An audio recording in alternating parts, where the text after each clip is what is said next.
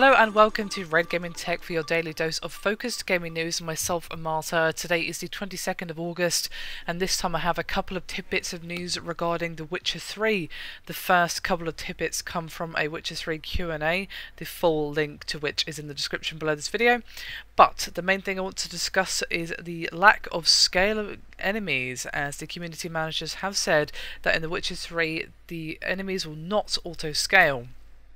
Now obviously you guys are probably very familiar with auto-scaling, as it was pretty annoying in say Oblivion, but although it's intended to basically keep monsters at a playable level, in The Witcher 3 you may well be killed in one blow if you happen to stumble into the den of a creature that is just too powerful for you, which is very much in the style of old school RPGs, where if you find a boss that you're not prepared for, well, prepared to get crushed, son.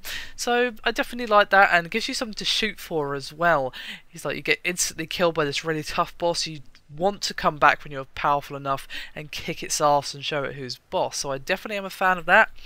And as well, there are no more timed quests. You're able to now take your time and enjoy the world, and you can even dawdle through the main quest at a snail's pace or blast through it if you so wish. Now, the branching story feature that was included in The Witcher 2 has unfortunately been cut from the game. Now, this doesn't change the fact that you will still have the option to make choices with serious consequences. It does mean that some of the replay value may be removed, however the game is expected to be massive in comparison to The Witcher 2, so I don't see this being a problem. It just means that they didn't see the game becoming ridiculously bloated. They had to draw the line somewhere, so not too bothered about that, to be honest. And apparently combat overhauls have been implemented to include the best bits from The Witcher 2's gameplay.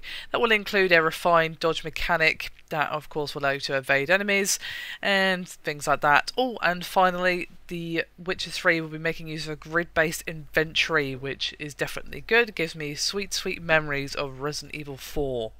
Moving away from that topic though, a recent report has also claimed that The Witcher 3 may not run at 1080p on PS4 and Xbox One.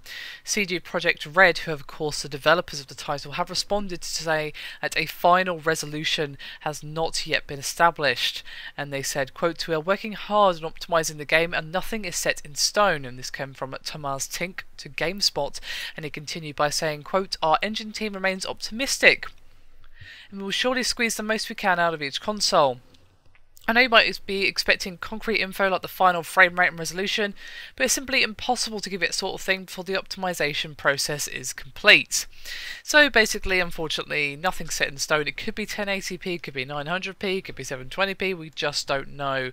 So until CD tell us otherwise, we just have to kind of hope for the best. Of course, it would be great to have 1080p on both the PS4 and Xbox One, as well as, of course, the PC, but we're just going to have to wait and see what happens in terms of the optimization. Still, I'd love to hear your thoughts on the lack of branching storylines, the no scaling enemies, and all the other details that I discussed in this video. I think The Witcher 3 is shaping up to be one of the biggest releases of its time, and I'm sure you guys will agree with me. Anyway, that is me done for this video. Thank you very much for watching, and I'll see you next time.